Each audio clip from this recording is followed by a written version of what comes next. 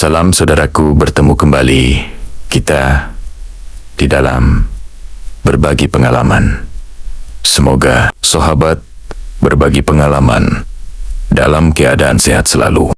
Ketahuilah bahwa hidup yang terkendali dan tidak pernah terkendala, di mana di saat kita sudah mendapati saripati akhir dari tubuh dan diri kita, bukan sekedar mengenal diri dan tubuh. Kalau hanya mengenal diri dan tubuh, sudah pasti kita terperangkap pada diri dan tubuh, bahkan tidak pernah menjadi saripati akhir dari tubuh dan diri kita sendiri. Lantas, apa pentingnya bagi kita untuk mendapati atau menjadi saripati diri dan tubuh kita? Dalam hal ini, sudah tentu tujuannya agar mengenal batasan diri yang lebih jauh, bahwa segala hal ada dan segala hal tiada adalah bukan realitas kita yang sesungguhnya, termasuk kehidupan tubuh fisik yang berlangsung saat ini di sini. Untuk itu, marilah kita ungkap realitas yang sesungguhnya. Siapa sebenarnya aku? Untuk diketahui bersama bahwa realitas yang mendasar sekaligus tertinggi itu adalah mengorbit aku padahal ada, mengorbit aku padahal tiada. Aku adalah saripati yang tidak terbatas, yang mengorbit kemanapun atas kehendakku sendiri. Untuk mencapai orbit ini, camkanlah kata-kataku ini. 1. Jangan pikirkan zat-zat yang ada atau segala perbendaharaan yang telah ada, tetapi pikirkanlah apa kiranya yang mau kamu cipta. 2. Janganlah kamu pikirkan tentang hal yang tidak terbatas, yang sering disebut orang pada umumnya Tuhan. Tetapi pikirkanlah bagaimana cara untuk mencari batu loncatan agar kiranya menjadi saripati yang tidak terbatas, yang dianya tidak kemana-mana, tetapi dapat mengorbit kemana-mana. Dalam hal ini, saripati yang tidak terbatas, ada dia pada alam semesta. Perwujudannya napas, ada dia pada manusia perwujudannya zat cair tubuh fisik, disebut juga DNA. Namun, saripati yang tidak terbatas bukanlah napas, bukan pula DNA. Jika Anda sudah dapat berkeadaan menjadi saripati yang tidak terbatas, kemanusiaan hanya tinggal nama menjadi masa lalu Anda. Alam semesta menjadi masa depan Anda. Saripati yang tidak terbatas bukan masa, bukan ruang, bukan pula waktu. Sampai di sini Anda dapat mengorbit kemanapun. Masa lalu Anda di sini saat ini, masa depan Anda juga di sini saat ini. Ingatlah bahwa saripati yang tidak terbatas itu memiliki 2 kepribadian. 1. Dapat berkeberadaan di masa lalu dan masa depan sebagai saksi dalam banyak hal, untuk memelihara keselarasan alam, sekaligus membatasi aku untuk lebih mengenal aku. 2. Mengorbit pada masa lalu dan masa depan, meresonansikan aliran energinya yang tidak berhuruf dan tidak bersuara di arus yang tidak berbatas. Sampai di sini, pasti sudah dapat kita pahami bersama bahwa saripati yang tidak terbatas, jelaslah ketunggalannya yang sudah melepaskan diri dari sistem tubuh dan alam semesta, yang selama ini saripati yang tidak terbatas di dalam sistem yang tidak terkendali. Ingatlah, sebagai tongkat pegangan Anda, saripati manusia adalah cairan tubuhnya sendiri.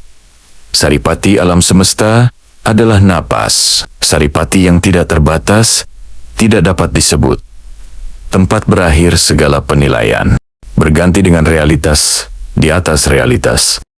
Sungguh Anda merugi, yang sebenarnya merugi jika Anda tidak peduli pada saripati yang tidak terbatas. Kemungkinan besar konsentrasi Anda saat ini berada pada sadar Anda, yang dianya adalah masih cahaya cairan tubuh Anda sendiri. Atau Anda sedang konsentrasi di perasa Anda, yang dianya masih cahaya napas Anda sendiri. Tidak dapat dipungkiri Anda bahkan berkesimpulan bahwa sadar adalah Tuhan. Sungguh Konyol Anda. Lebih konyol dari yang diperkirakan, cahaya atau bayang-bayang Anda sendiri, Anda pertuhankan. Lepaskan diri Anda dari sistem yang tidak terkendali.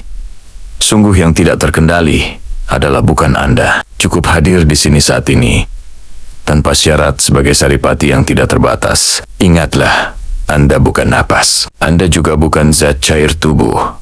Tetapi Anda dapat memelihara napas dengan bernapas, memelihara cairan tubuh dengan berkeberadaan padanya. Berdasarkan rumus pernapasan Royuyu, pisahkanlah napas dari saripati yang tidak terbatas dengan sistem. 1. Membuat himpunan napas yang keluar dan masuk terarah menjadi satu titik di ruang kosong napas. 2. Lakukan terus-menerus pengisian napas di satu titik ruang kosong napas dengan napas normal. Jangan ada napas yang tidak tersimpan. Di sini, O2 dan CO2 tetap berjalan normal. Kita hanya memisahkan saripatinya untuk membuka ruang kosong yang sebenar-benarnya kosong. Semakin diarahkan ke satu, titik napas masuk dan napas keluar. Ibarat balon yang mengandung udara dimasukkan ke ruang kaca yang tertutup rapat.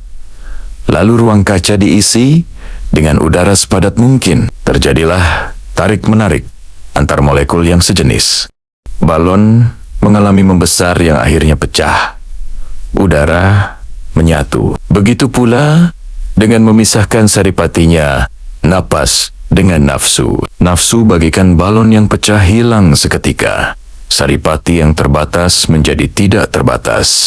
Terlepaslah Anda dari sistem kemelekatan nafsu. Ruang kosong dada berdanfak berlobang karena pelepasan saripati yang tidak terbatas dapat dilihat dengan penglihatan sendiri.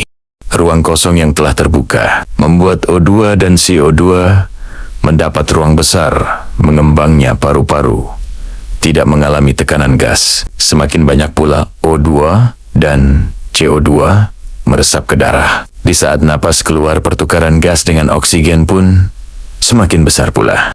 Jika pernapasan ini terkendali, selamat Anda telah mengorbit tanpa syarat apapun. Demikianlah pernapasan Royuyu selama berabad-abad yang tetap terjaga sampai saat ini. Merupakan warisan leluhur agung yang sangat realitas dibanding pernapasan olahan umumnya.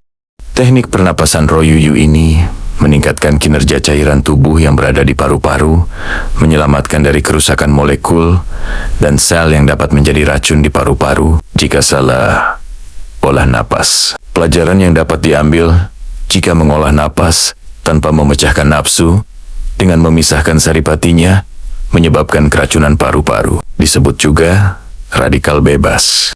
Sama dengan meningkatkan positron, membuat Anda mengalami kehilangan elektron negatif dalam skala besar. Sampai jumpa kembali pada part 2. Semoga bermanfaat. Sekali lagi, selamat. Anda telah mengorbit.